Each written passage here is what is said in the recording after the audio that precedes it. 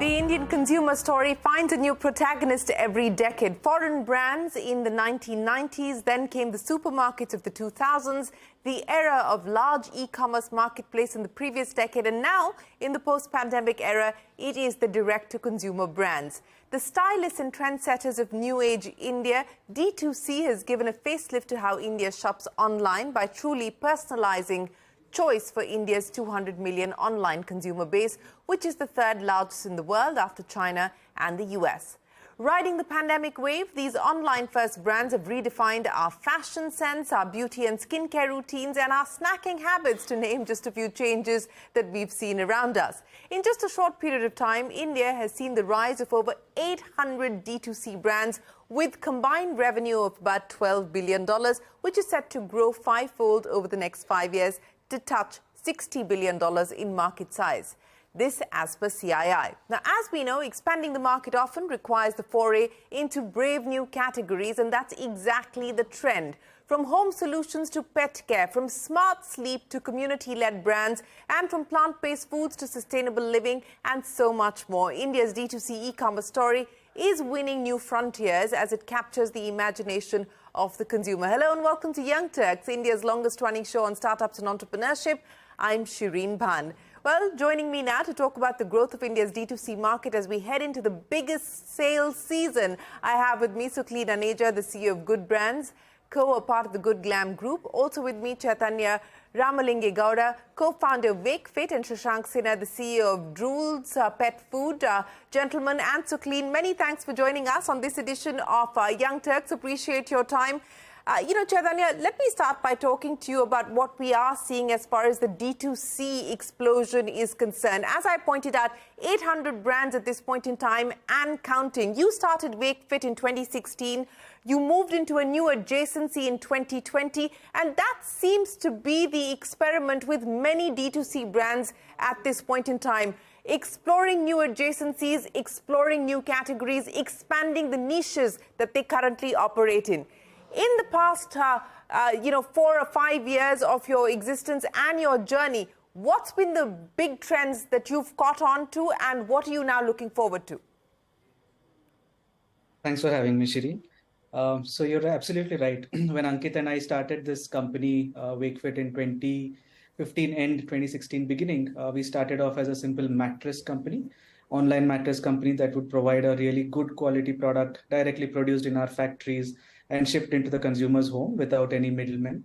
And that promise sort of evolved into a sleep accessories business, which means we expanded from there into accessories, bed sheets, comforters, pillows, and so forth. And then about 3 years back, during the pandemic, we also expanded into the furniture range. So this whole journey has given us 3 or 4 major learnings and major trends that we saw. Number one is that a D2C brand works very, very well when you have a very good hero product, which has a lot of customer love, good NPS, and your ability to service their demand very, very fast. For us, that product was orthopedic memory foam mattress. The second trend that we saw is that it's very easy to start a D2C company, but it is very hard to scale a D2C company without a sustainable backend. So we took this call long ago, and from day one, we operate our own factories. So today we operate about 6 factories, about 16 warehouses, and we have about 200 carpenters. And it's all possible to do this because this gives us tremendous control on cost and innovation. We are able to service so much. We are able to innovate so much. And without this, if we had just been a trader with who was slapping our label on top of something that a contract manufacturer is doing, we wouldn't have been able to innovate. The third trend that we have seen is customers request for a lot of content, and they're very, very research savvy, and they don't purchase anything without a lot of their own conviction being built through reviews, checking with their family and friends, and their own research on the content that the brand has put out. So without these, we believe that these 3 trends have very, very played a very important role in our growth, and that's why we are here at this point in time. Chaitanya, I think that very succinctly puts together some of the key learnings that you've experienced. And I think that speaks about the journey for many D2C brands. And you're absolutely right. One, of course, is identifying that hero product, as you said.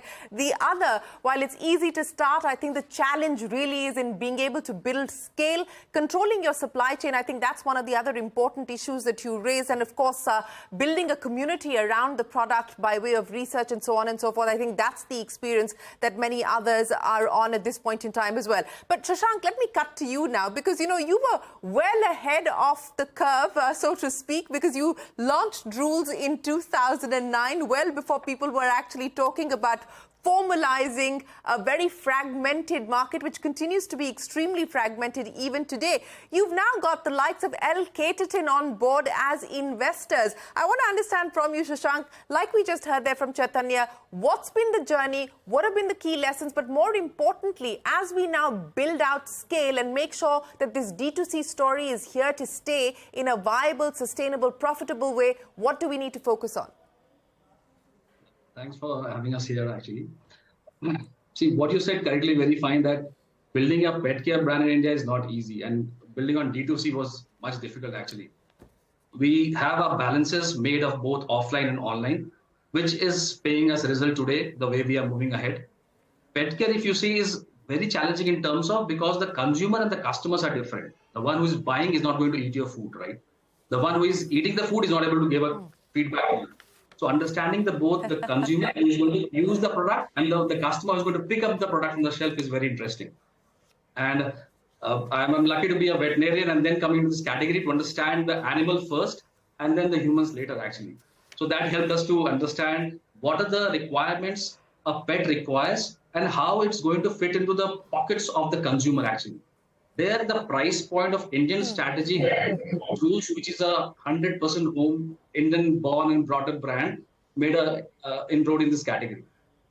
Consumer first has been our priority since beginning. We have always understand where a consumer will be trying to pick, what are the checkpoints where customers move out of the category.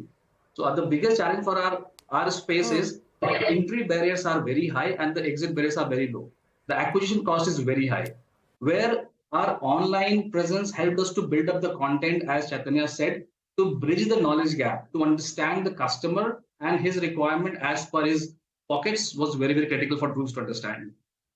Going forward, if I feel the way Drools is trying to bridge that knowledge gap in liaising with the veterinarians, the breeders, the influencers, who can bridge this knowledge gap is very, very critical for our pet industry to go ahead. And especially Drools, being an Indian brand, try to do as much as possible with engaging channel partners, pet parents, veterinary colleges, everybody as much as possible to reach out. But the digitalization, the content, the Amazons and Flipkarts have helped us to reach with the right knowledge to the customers. And an LCAT coming in proves our point of a professionally and in a right direction build up a brand, which I feel will be very good for us to go ahead from what we have built in last 10 years. Yes, I would imagine that is, in fact, a big vote of confidence, getting a marquee investor like CAGR on board. But Sucleen, let's address some of the issues that we've just heard there from both Chaitanya as well as Shashank. And I want you to explain to us, how you're dealing with some of these issues across the Good Glam group. And more importantly, the opportunities that you're now looking at. I think what we're hearing now from across the D2C space is that while it's great to actually start online, the future is going to be a mix of both online and offline. Just about every brand that we've spoken to seems to be heading down in that direction. The cost of acquisition, perhaps it is different for different players at this point in time, but what we are given to understand is that because there is now a greater acceptability, adoption rates are higher, perhaps the cost of acquisition has become lower, at least for brands with hero products. I want to understand from you what you're seeing as trends at this point in time, and what, more importantly, are you forecasting for the future, the near future? I think I'm echoing the sentiments of what we've heard from the other co-panelists, but I think 3 or 4 large trends that I'd probably underscore.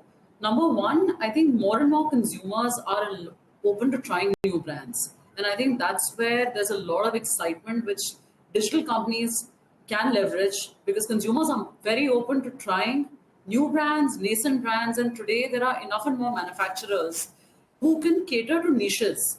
Unlike the world we grew up in, where mass marketing required you to go to the lowest common denominator, versus that today you can really capitalize a powerful niche if you have a good offering.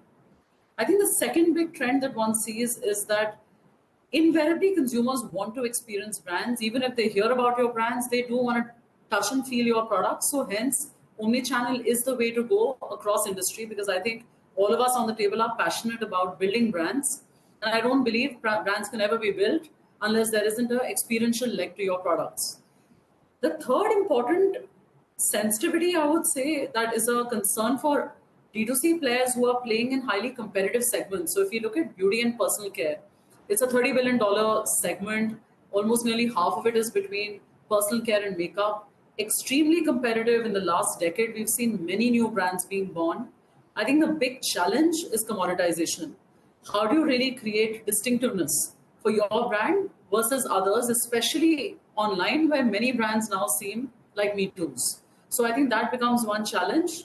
And last not the least, I think supply chain efficiency becomes extremely critical, because one of the things that D2C allows you to do is access to first-party data.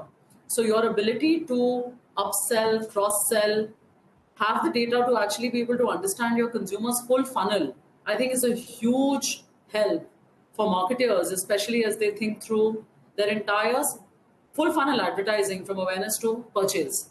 I think that's the power of the data that makes you a lot more efficient. But I think at the same time, what none of us can shy away from is I think we do need to create distinctive brands that continue to give consumers products which are worth repeating. So the holy grail continues to be repeats. And I think that is one thing which all of us are fighting for.